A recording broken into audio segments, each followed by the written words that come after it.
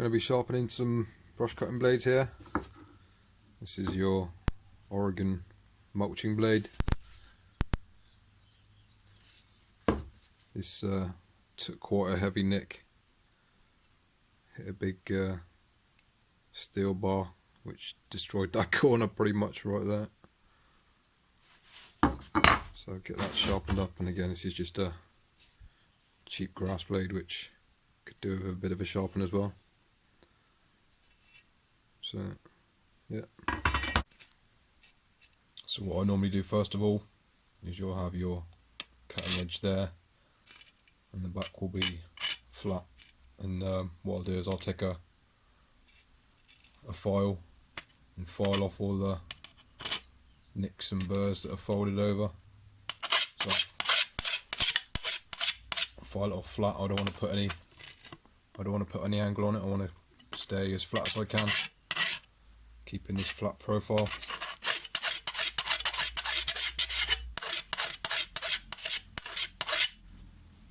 Just to get it back triangular.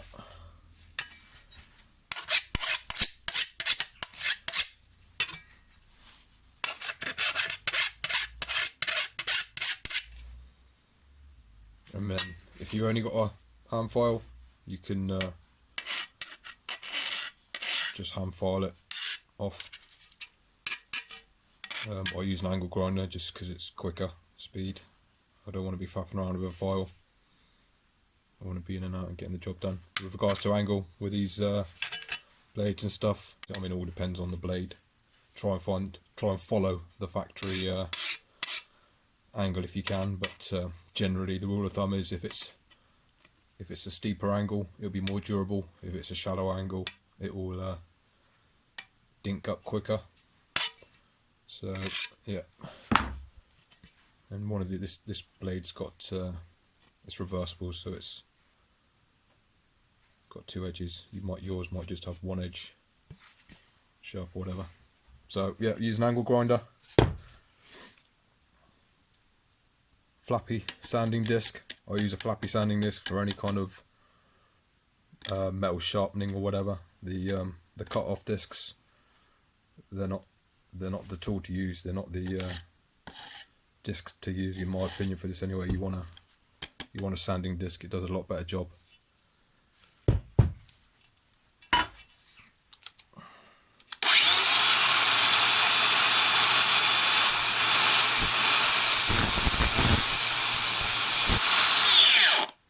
And again, if you want to put this in a vise and clamp it, then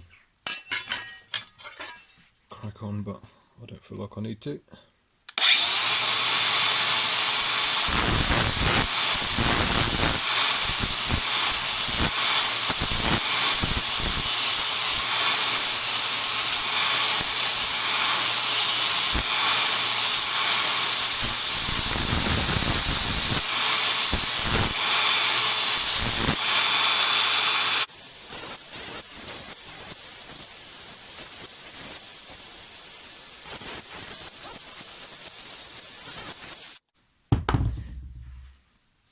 Again, you don't need to be precise with these blades.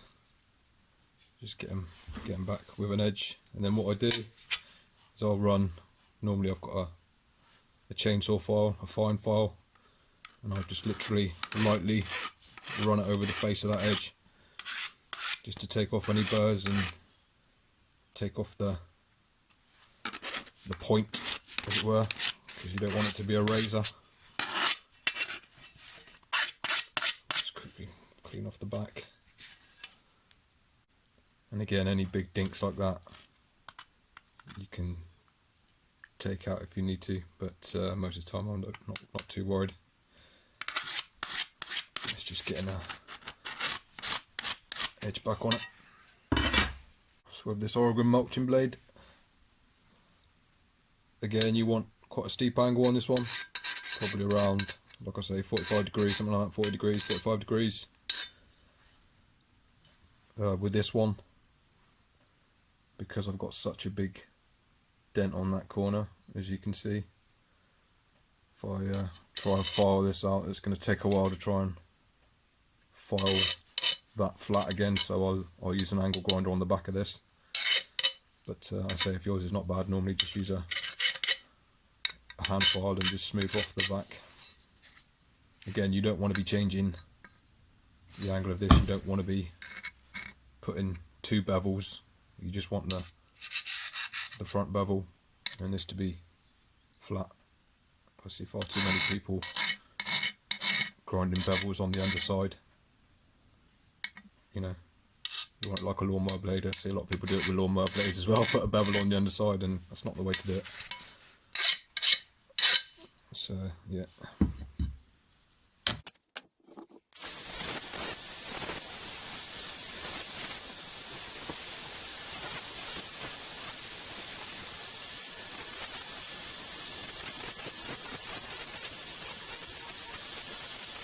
Again, I've only used the angle grinder on the back just because it was severely dented, so I've just got it back again. A lot of people don't bother sharpening these mulching blades, but you really should be sharpening them. It equals less kickback.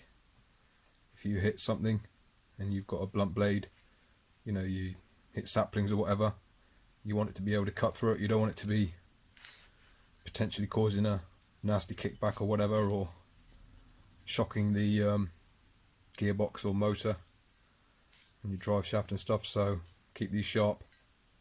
Obviously, you know, they don't need to be crazy sharp, but just keep an edge so it's actually gonna, you know, cut through something.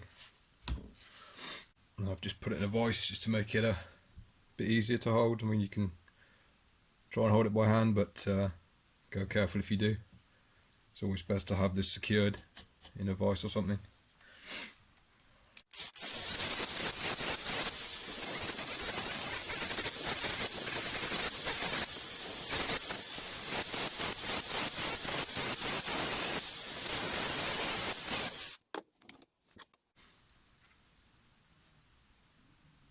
And that's another reason why I like these flappy discs.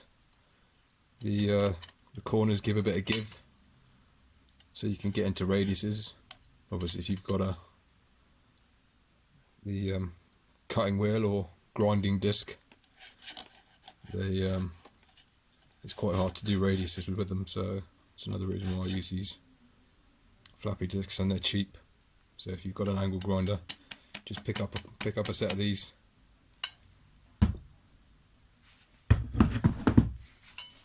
And again, then what I do is I'll just run my chainsaw file on that front edge, taking the burrs off.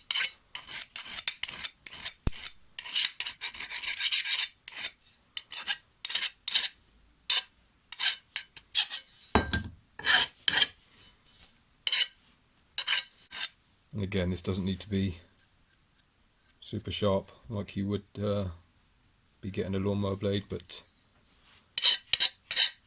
it does need to cut stuff. So yeah, that's good. Do the same on this one.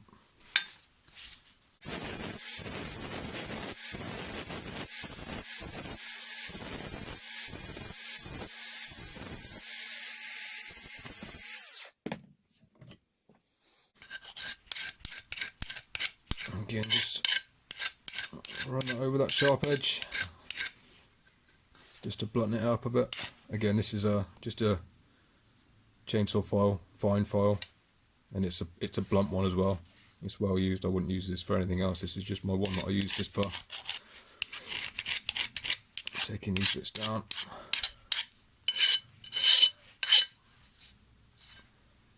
That should be good enough. So as long as you've got some kind of edge, but not too sharp, otherwise it's just gonna dull even quicker for anything. But yeah, definitely keep these sharper than duller, because you can get some nasty kickbacks with dull blades. So that's just something to think about. So yeah, hope that helps. And again, if you've only got a file or a Dremel multi-tool, little rotary tool, just use that as well. But for me, angle grinder is the way forward. A lot quicker, more durable. You know, the sanding discs last a lot longer than the Dremel stones or whatever, stuff like that.